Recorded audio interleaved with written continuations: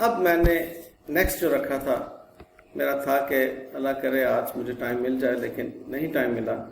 ये बात आगे कैरी हो रही है, लेकिन मैं आपको होमवर्क दे रहा हूँ जो कि मुझे उम्मीद है कि आप नहीं करेंगे इंशाल्लाह।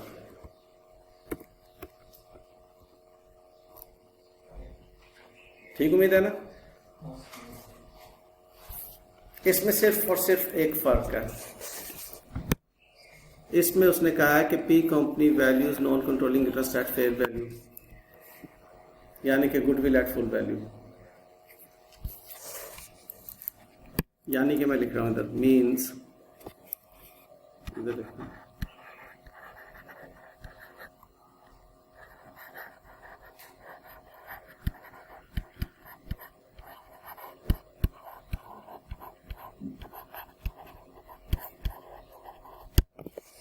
Okay.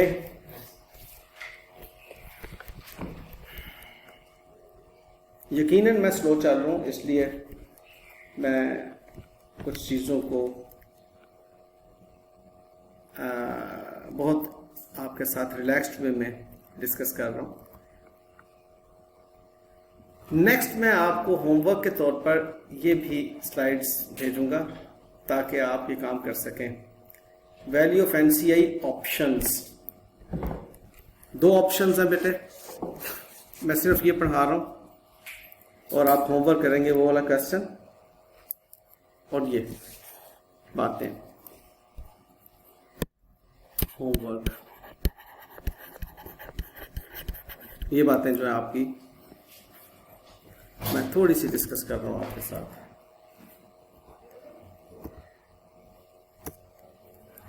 Option to value non-controlling interest at fair value is introduced by IFRS 13. IFRS 3. IFRS 3 से पहले ये ऑप्शन मौजूद नहीं थी। इससे पहले जब हम कंसोलिडेशन करते थे, मीन्स ये बात आज से कोई 10 साल पुरानी है, 10-12 साल पुरानी, जब 8-10 साल पुरानी गालिबन, शायद 2012 के अंदर ये IFRS 3 आया था। तो तब से ऑनवर्ड्स फिर हम इसकी फेयर वैल्यू ऑप्शन पे आ गए हैं। But it is just an option, कहता ऑर्गेनाइजेशंस के लिए ऑप्शन है। चाहे तो वो, जैसे कि आपने IAS 16 में पढ़ा था कि आपकी remeasurement of property plant and equipment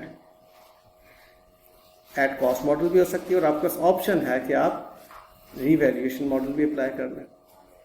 investment property के लिए आपने पढ़ा था कॉस्ट पे भी हो सकती है और फेयर वैल्यू मॉडल भी हो सकती है। इन्वेंट्री में आपने पढ़ा FIFO भी हो सकता है, वेटेड एवरेज भी हो सकता है।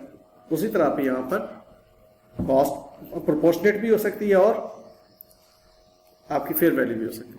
Companies can choose to adopt it और to continue to value non controlling interest at share of net asset. Share of net asset का मतलब प्रोपोर्शनेट, जैसे हमने पीछे कैलकुलेट करना सीखा हो।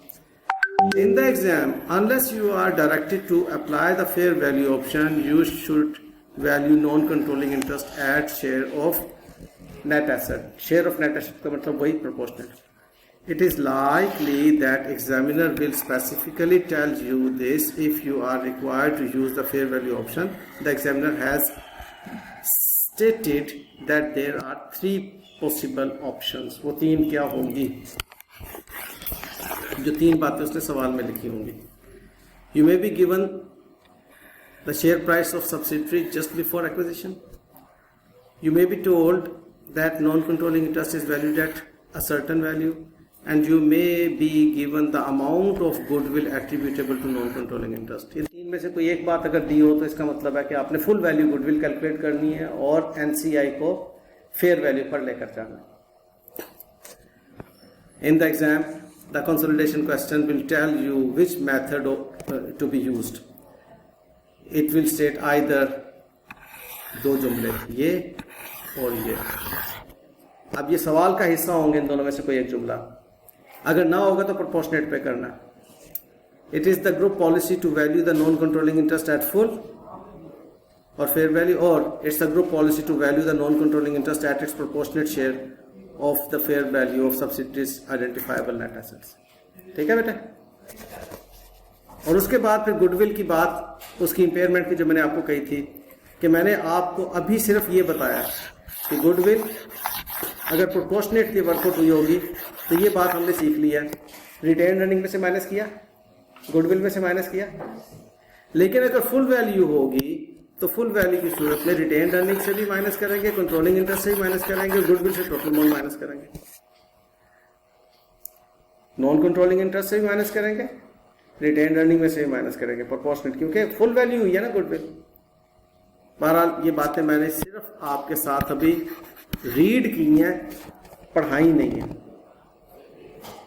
समझाई नहीं है, प्रैक्टिस नहीं करवाया। लेकिन मैं चाहूँगा कि मैंने आपके लिए कुछ टिप्स यहाँ पर लिख दी हैं, आप इसको खुद से देखेंगे और उसके बाद आपके होमवर्क में एक और चीज़ शामिल मैं कर रहा हूँ।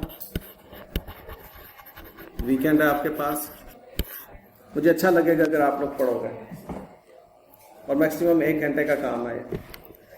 मैंने आपको कैश कंसिडरेशन बता दी, डेफर्ड कंसिडरेशन, आपको नॉन कैश कंसिडरेशन बता दी, डेफर्ड कंसिडरेशन कैसे कैलकुलेट करनी है और कॉन्टिजेंट कंसिडरेशन में क्या अकाउंटिंग करनी है वो यहाँ पर बता दिया, टाइम वैल्यू और ये उसकी कंटिजेंसी की।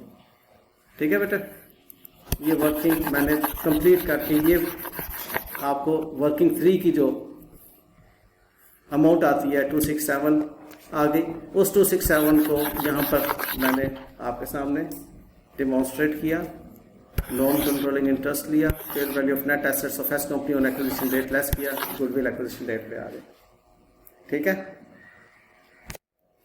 फॉलो कर रहे हो?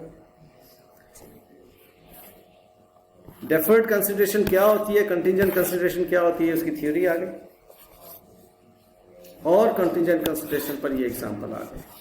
ये बेटे जान आपका होमवर्क, कुछ भी ज्यादा नहीं है, मैक्सिमम 1 घंटे का काम है। This is my confidence on you. ठीक है, तो ये 2 शीट्स इंशाल्लाह मैं आपके साथ शेयर करूंगा, लेक्चर 5 एंड लेक्चर 6 की। Thank you very much.